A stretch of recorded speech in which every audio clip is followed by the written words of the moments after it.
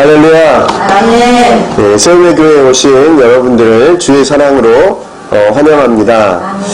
아멘. 예, 이 앞주에 제가 경비 어머님 못 뵈가지고 뵙고 싶어서 나오시라고 했어요. 예. 아니, 형규가 오늘 주일학교 예배에 왔는데 예배를 너무 잘 드리는 거예요. 그래서 이제 뭐 밖에 나오셔서 뭐 형규랑 같이 예배 드려도 될 것 같아요. 예.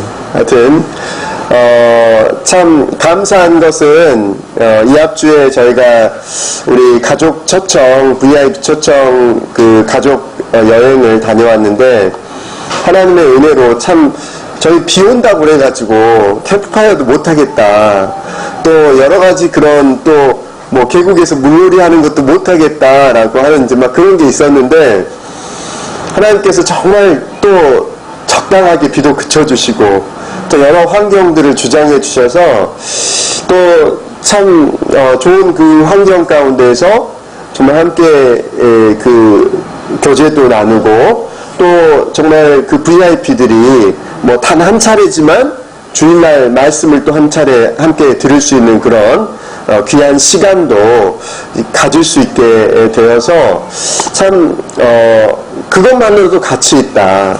저희가 교회에서 또 이렇게 예산도 이렇게 들여서 한 거잖아요. 하지만 정말 그 믿지 않는 영혼들이 단 한 번이라도 말씀을 들을 수 있는 그런 기회를 가졌다. 그리고 그리스도의 그 공동체는 그 세상과 다른 뭔가가 있구나라는 것을 한 번이라도 경험할 수 있도록 그런 기회를 제공했다라고 하는 측면에서 참 이것은 가치가 있다.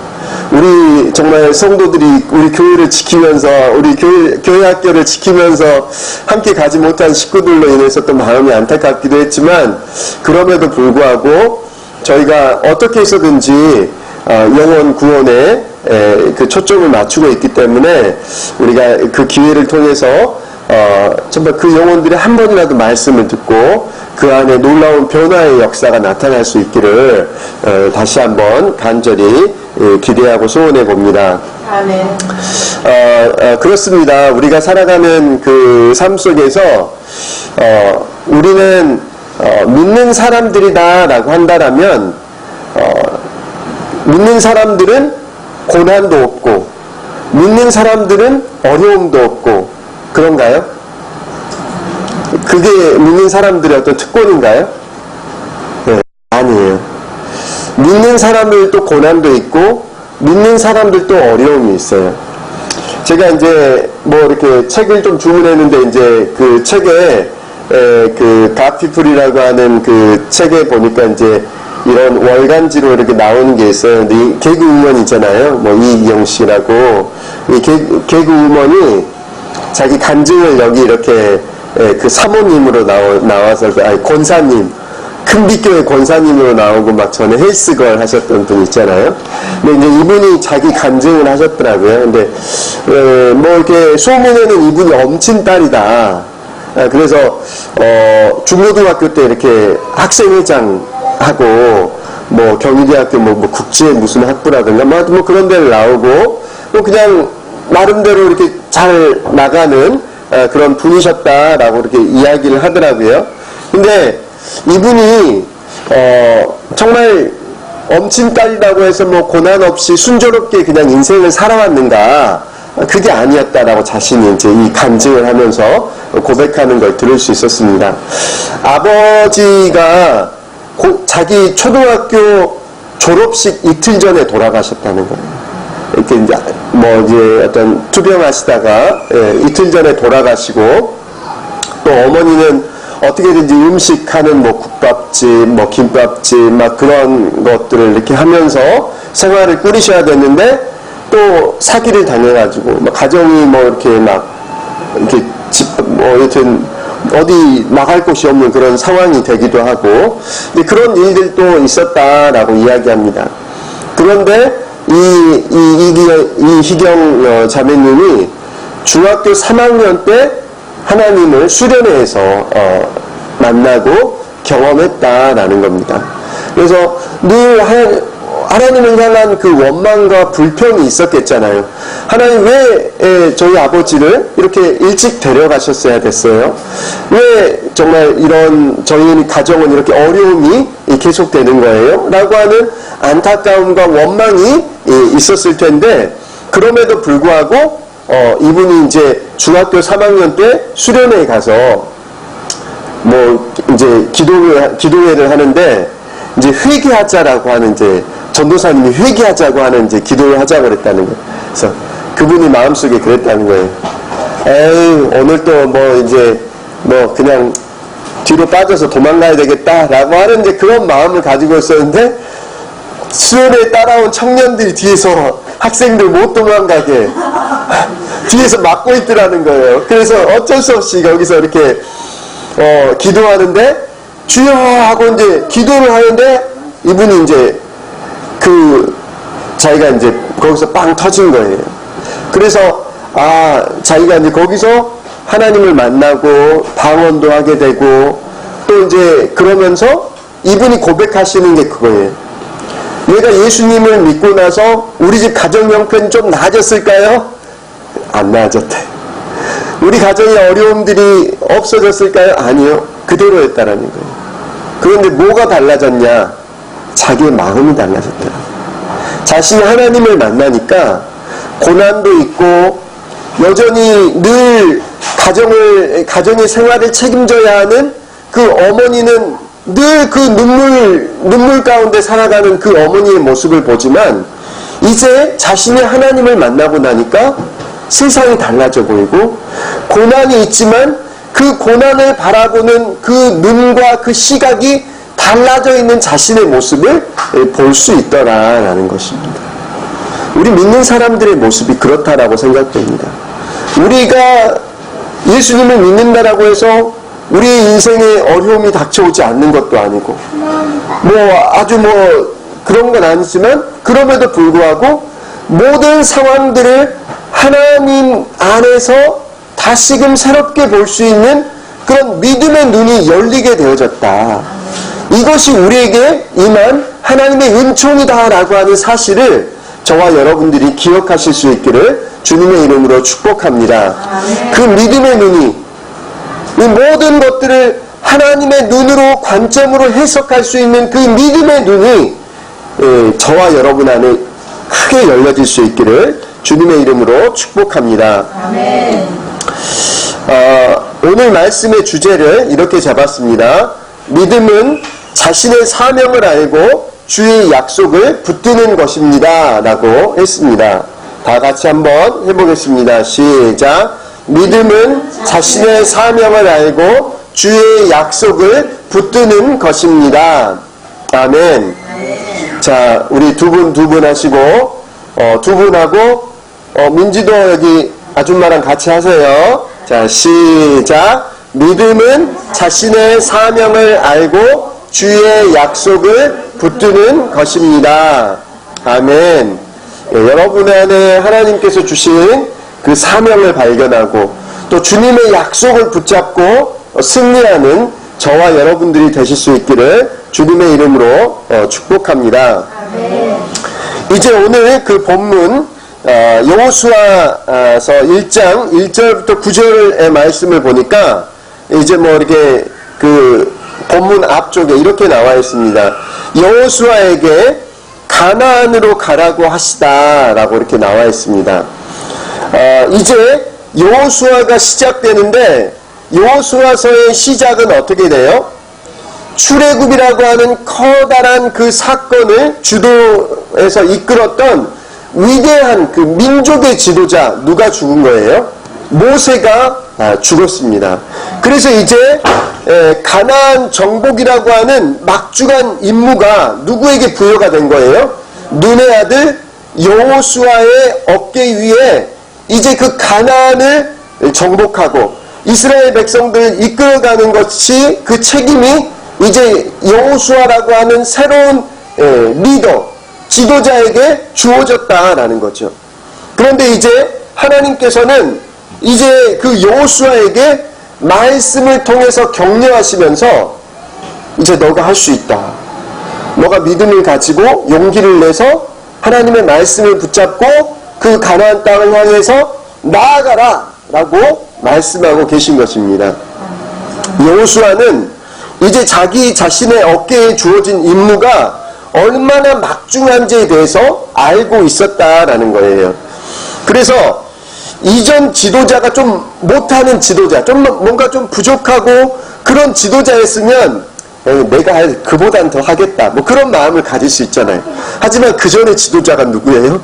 출애굽을 이끌었던 모세라고 하는 지도자예요.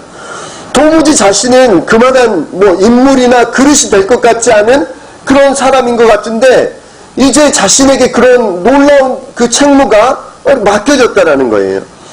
그래서 너무 큰 부담감 가운데 있었다는 거죠. 여호수아는 모세를 수종들면서 이스라엘 백성들이 얼마나 패역한 백성들인지, 불평하고 불순종하는 백성들인지를 이미 보아왔어요. 이제 장정만 60만 명의 이 아이들 처자랑 뭐 다 이렇게 하면 200만 명이 될 거라고 이야기를 합니다. 그 200만 명을 그 광야에서 이끌어가야 되는 그 책임이 있었다라는 거죠. 가나안 정복이라고 하는 외부의 적뿐만이 아니라 이제 불평 원망을 잘하는 내부의 백성들을 단속하면서 이끌어가야 하는 책임이 있는 거예요. 그때에 하나님께서 여호수아에게 어떤 하나님으로 나타나시는 거예요? 거의 치어리더 수준입니다. 거의 치어리더 수준이에요. 여호수아 뭐 힘내라 막 그러면서 이제 여호수아의 길을 살리는데 온갖 애를 쓰고 있는 것을 볼 수가 있어요. 여호수아에게 명령을 주십니다. 2절에 보니까 나의 종 모세가 죽었으니 이제 너는 이스라엘 자손 곧 모든 백성과 함께 일어나 요단강을 건너서 내가 그들에게 주는 땅으로 가거라. 이렇게 그 명령도 주셨지만 그 명령과 더불어서 아주 많은 약속들을 주고 계신 것을 볼 수가 있습니다. 그래서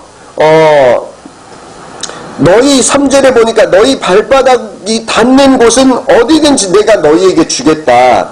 그리고 그 허락된 그 땅이 어디서부터 어디까지예요? 4절에 보니까 광야에서부터 레바논까지, 큰 강 유프라테스 강에서부터 햇사람의 땅을 지나 서쪽의 지중해까지 그 영토를 이렇게 보여주시면서 너희의 그 영토가, 이곳들이 너희의 영토가 될 거다.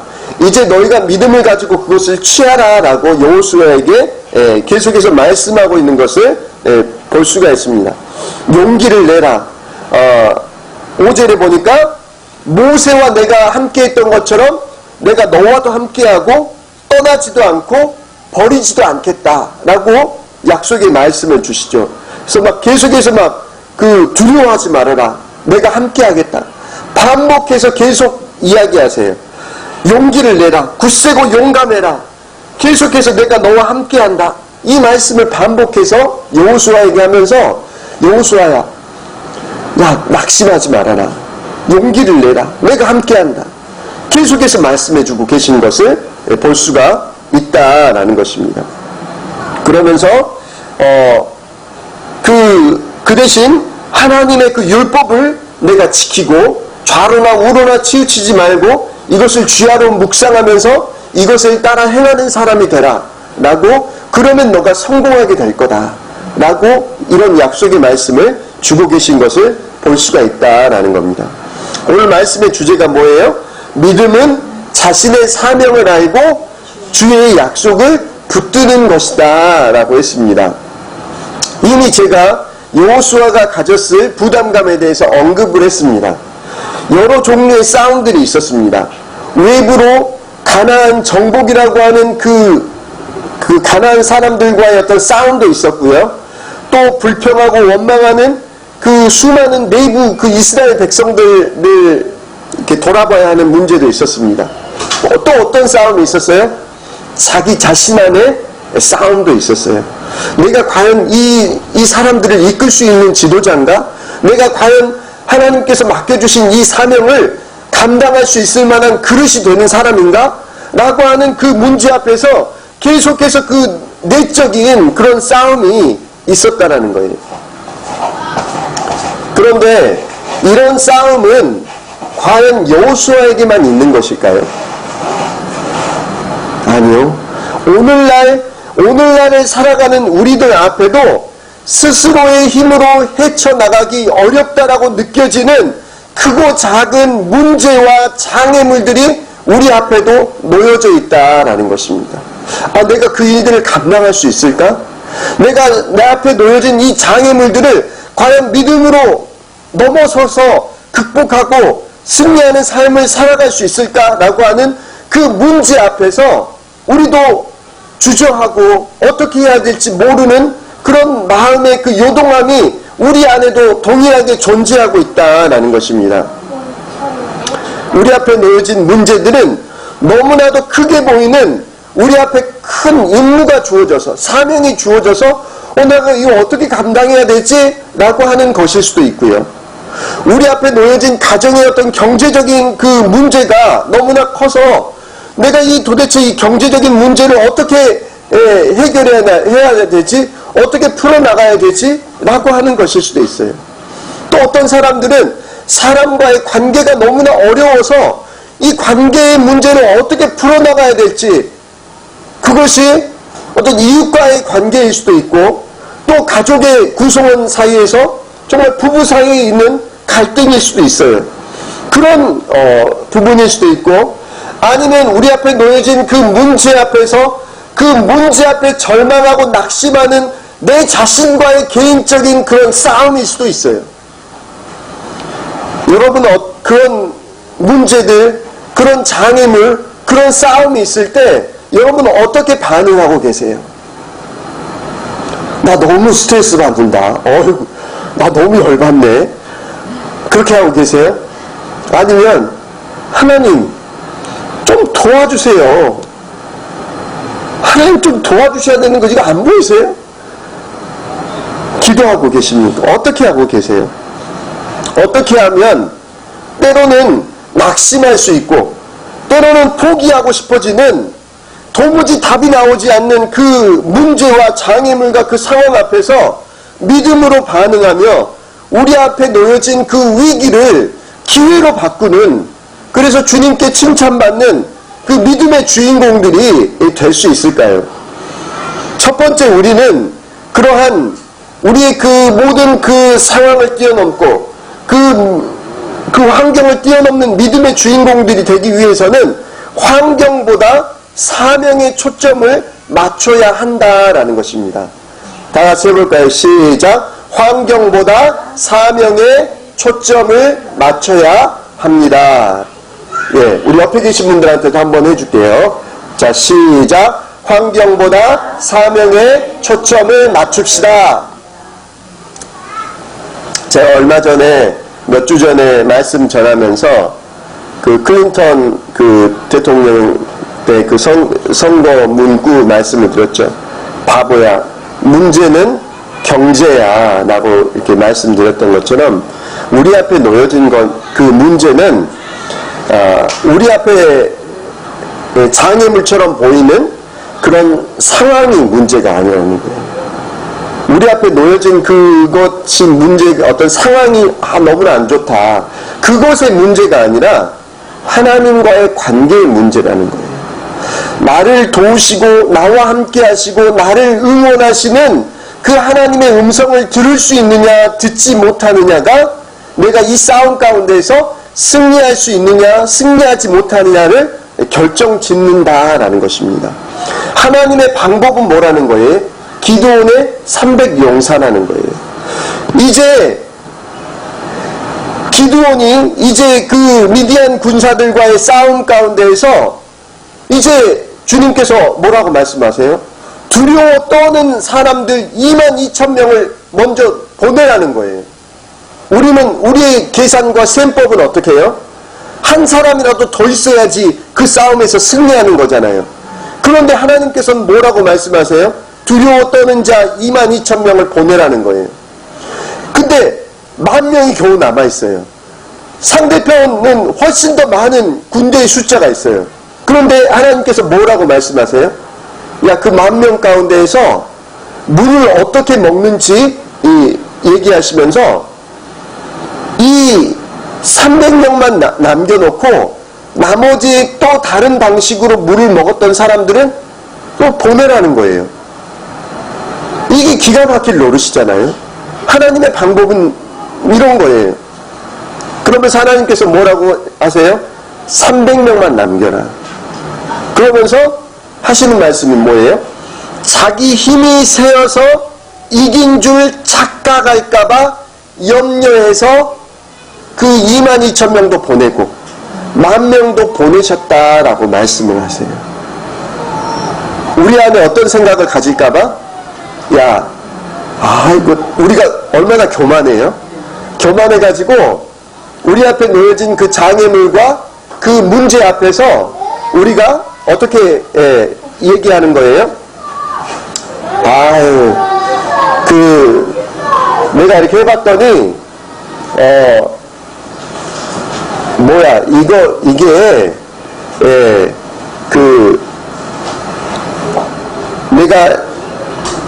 내가 잘해서 그런 거였어. 알고 봤더니 이게 누가 뭐 이렇게 잘하고 어떻게 해서가 아니라 내가 조금 역량이 되잖아. 내가 역량이 되니까 그거 다 해결했더라고. 그러면서 다른 사람한테 얘기하는 거야. 하나님께서 도와주신 거는 이렇게 나 좀 그 관리를 좀 잘하고 뭐 어떻게 좀 잘 그거를 했더니 그 문제가 잘 풀렸어. 그렇게 얘기한다라는 거예요. 하나님께서는 그럴까봐, 내 힘이 세서 이긴 줄 착각할까봐 300명의 군사로 그 싸움에서 승리하는 걸 보고 뭐라고 고백해요? 야, 하나님이 하셨구나. 그걸 그 고백을 듣고 싶어 하신다라는 거죠. 우리 주님께서는 이제 우리에게 사명과 약속을 허락해 주신다라는 겁니다. 이제 2절에 보니까 나의 종 모세가 죽었으니 이제 너는 이스라엘 자손 곧 모든 백성과 함께 일어나 요단강을 건너서 내가 그들에게 주는 땅으로 가거라 라고 뭘 주세요? 사명을 주세요. 이제 그러면 우리 하나님께서는 이러한 사명을 우리 인생에게 허락하실 때 사명만 주고 끝나시는 겁니까? 아니요.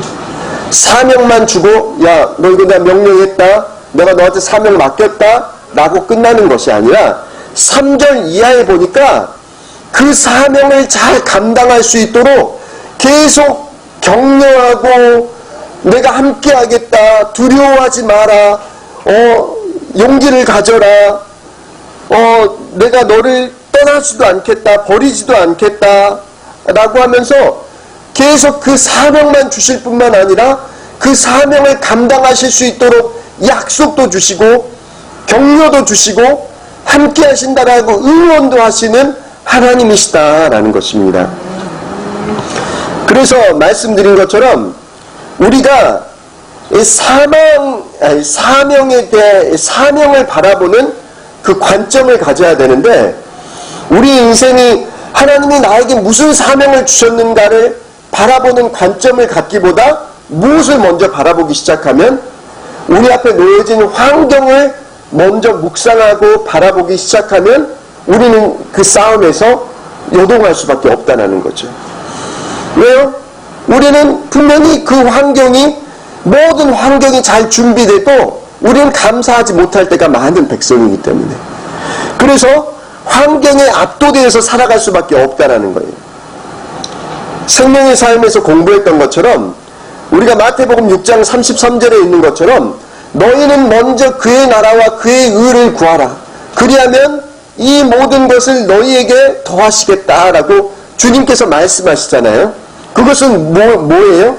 하나님께서 각 사람에게 고유한 사명을 허락하시고, 그리고 그 사명이 큰 일일 수도 있고 또 작은 일일 수도 있지만 그 맡겨진 사명에 충성하고 그 사명을 먼저 구하는 삶을 살아갈 때 어떻게 하겠다고요? 출장비 주시겠다라는 겁니다. 내가 너희의 생활을 책임지겠다라는 거예요. 그런데 우리의 그 맡겨진 사명이 가족 구원일 수도 있고, 또 정말 에티오피아에 가서 정말 그 가난한 사람들에게 복원에 관련해서 어떤 도움을 주는 것일 수도, 그게 사명일 수도 있어요. 어떤 큰 사명일 수도 있고, 또 작은 사명일 수도 있어요. 하지만 뭐라는 거예요? 하나님께서 우리에게 맡겨주신 그 사명에 먼저 초점을 맞추고 그것에 충성하면 내가 출장비 주겠다는 거예요.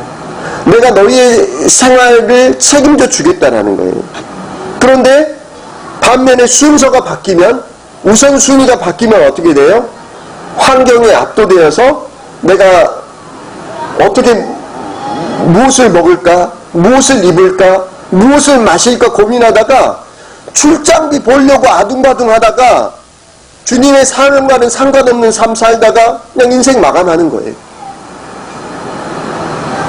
이처럼 우리가 이 우선순위를 혼돈해서는 안 된다는 거예요. 조금 전에 말씀드렸던 것처럼 무엇보다, 환경보다 사명에 먼저 우리는 초점을 맞추는 삶을 살아가야 한다라는 것입니다. 두 번째는 우리는 하나님의 약속과 말씀을 되새겨야 한다라는 것입니다. 하나님의 약속과 말씀을 되새겨야 한다라는 거죠. 우리 앞에 약속의 땅 가나안 땅을 가기까지, 거기에 이르르기까지 우리 앞에 싸움이 존재합니다. 그런데 우리가 인생의 차이는 어디에서 결정나느냐? 조금 전에 말씀드렸던 것처럼 눈앞에 놓여진 상황과 환경에만 초점을 맞추느냐, 아니면 하나님의 말씀, 하나님의 약속을 끊임없이 되새기며 그것을 붙잡고 나가느냐에 따라서 우리의 인생은 분명한 차이가 발생되게 되어진다라는 것입니다. 주님께서는 우리에게 뭐라고 말씀하세요? 너희가 나의 음성을 들어라. 너희가 나의 말씀을 되새겨라. 나의 약속을 붙들어라 라고 주님은 말씀하고 있어요. 그래서 5절 이하에 보니까 우리에게 그 말씀하시고 들려주시는 주의 음성을 우리가 들어야 된다라는 거죠. 모세와 함께 했던 것처럼 내가 너와 함께하고 떠나지도 않고 버리지도 않겠다. 이 음성이 누구에게 들려줘야 된다는 거예요? 바로 저와 여러분에게 들려줘야 된다는 거예요. 6절에도 굳세고 용감하여라. 7절에도 오직 너는 크게 용기를 내라. 9절에 보니까 너에게 굳세고 용감하라고 명하지 않았느냐. 너희는 두려워하거나 낙담하지 말아라. 내가 너와 함께 있다. 내가 너와 함께 있다. 그 음성을 들어야 한다라는 것입니다. 그때 우리가 우리 앞에 놓여진 싸움 가운데에서 승리할 수 있다는 거예요. 그 하나님의 말씀을 늘 묵상하고 되새기는 인생이 우리 앞에 놓여진 싸움 가운데에서 또 그 에너지를 충전받고 또 힘을 보충받아서 다시 믿음의 싸움을 싸울 수 있는 그 힘을 보충받을 수 있다는 거죠. 얼마 전에 이런 비행 청소년을 이렇게 감싸 안았던 김기옥이라고 하는 그 부장판사님의 그 이야기가 아름다운 그 이야기로 전해진 적이 있었습니다. 이전에 그 16살의 A양이라고 하는 A양이 친구들과 함께 오토바이를 이렇게 훔치고 또 달아난 혐의로 이렇게 이제 잡힌 거예요. 근데 이미 이 여학생은 14건의 절도, 폭행에 가담한 혐의로 이제 무거운 형벌이 예상되는 상황이었다라는 겁니다. 근데 이제 그 방청석에서는 홀 어머니가 이제 판결이 어떻게 날지를 초조하게 기다리고 있었고, 아마 무거운 보호 처분이 내려질 것이다 라고 하는 그것 때문에 그 여학생, 16살의 여학생은 두려움 가운데 떨고 있었다라고 이야기합니다. 그런데 그 부장판사였던 그 김기옥 부장판사가 이제 그 A양에게 불처분 결정을 내렸어요. 아무런 어떤 형벌을 주지 않았어요. 그리고 형벌이 있었는데 그건 뭐였냐면 일어나 외치기였어요. 일어나 외치기. 뭐였냐면 그분이 이제 그 부장판사가 그 두려움에 떨고 있는 소녀에게 다정한 목소리로 이제 나를 따라서 이렇게 외쳐보렴 이렇게 이야기하면서 근데 이 학생이 당황했겠죠. 뭐 이게 막 형량이 막 어떻게 날까 지금 이제 초조해하고 있는데 따라 외쳐보라고 했어요. 나는 이 세상에서 가장 멋있게 생겼다. 나는 뭐든지 할 수 있다. 그리고 여러 가지 것들을 이야기했어요. 그 다음에 마지막으로 이 세상은 나 혼자가 아니다. 그때 이 여학생이 하나하나 큰 소리로 따라 외치다가 나는 이 세상에 나 혼자가 아니다 이 말을 외치는 순간 그 참고 있던 그 눈물을 터뜨리게 됐다라는 거예요. 그런데 이 여학생이 이 같은 처분을 받게 된 그 이유가 있는데 이 16살의 그 소녀는 어려운 가정 형편에도 불구하고 지난해까지 그 반에서 상위권 성적을 유지하던 학생이었다는 거예요. 장래에 간호사를 꿈꾸던 이런 발랄한 학생이었는데 그 작년 초에 여러 명의 남학생들에게 집단 폭행을 당한 거예요.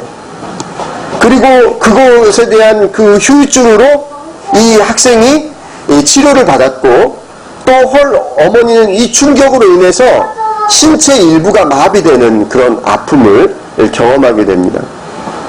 그 일이 있은 이후로 이 학생은 학교를 겉돌게 되었고 비행 청소년들과 함께 어울려서 범행을 저지르는 그런 일들이 시작되게 됐다는 거예요.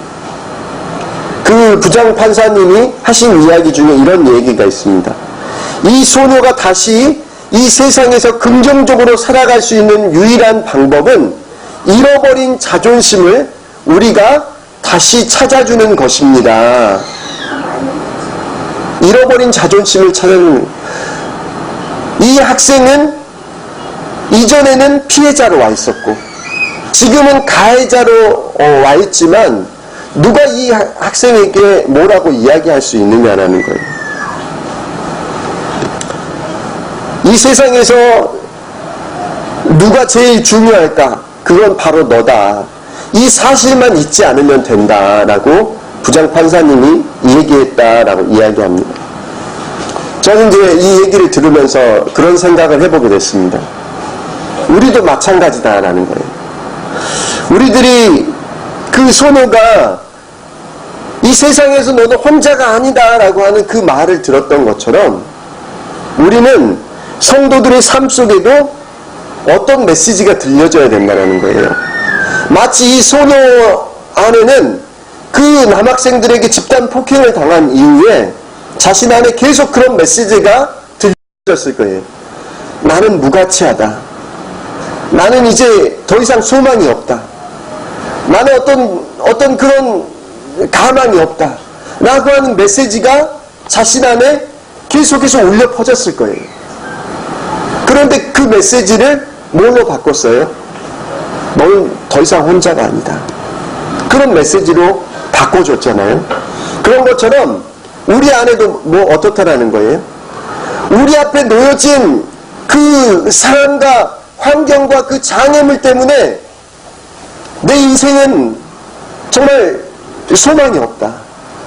나는 정말 이제 나 혼자 바뀌다. 그렇게 마음속에 계속해서 되뇌이고 들려지는 그 소리가 이제 바뀌어져야 된다는 거예요. 우리 하나님이 들려주시는 그 말씀, 굳세고 용감해라, 용기를 내라, 내가 너와 함께한다. 이 음성이 우리 안에 들려져야 된다라는 거죠. 그때 그 하나님의 그 말씀이 우리 안에 되새겨지고 우리 안에 울려 퍼질 때 우리가 그러한 삶을 살아가고 이 세상에서 승리하는 삶을 살아갈 수 있다라는 거죠. 신명기 30장 14절에 오직 그 말씀이 내게 매우 가까워서 내 입에 있으며 내 마음에 있은즉 내가 이를 행할 수 있느니라. 말씀이 우리 안에, 말씀을 암송하고 말씀을 읽고 말씀을 묵상하는 가운데 그 말씀이 우리의 마음 안에서 울려지고 전달되어질 때 우리가 그 말씀대로 살아갈 수 있게 된다라는 거죠. 우리 이제 김은신 성도님께서 그 왕의 재정학교 참여하시면서 하루에 성경 10장씩 이렇게 읽고 계시잖아요. 이 수료를 위한 10장일 수도 있지만 하지만 그 10장의 말씀이 우리 안에 계속적으로 들려지고 이렇게 할 때 그 안에서 역사되어지는 것처럼 오늘 그 주님께서 말씀하시잖아요. 그 율법을 다 지키고 7절에 8절에 보니까 또 이렇게 말씀하세요. 이 율법책의 말씀을 늘 읽고 밤낮으로 그것을 공부하여 이 율법책에 쓰여진 대로 모든 것을 성심껏 실천해라.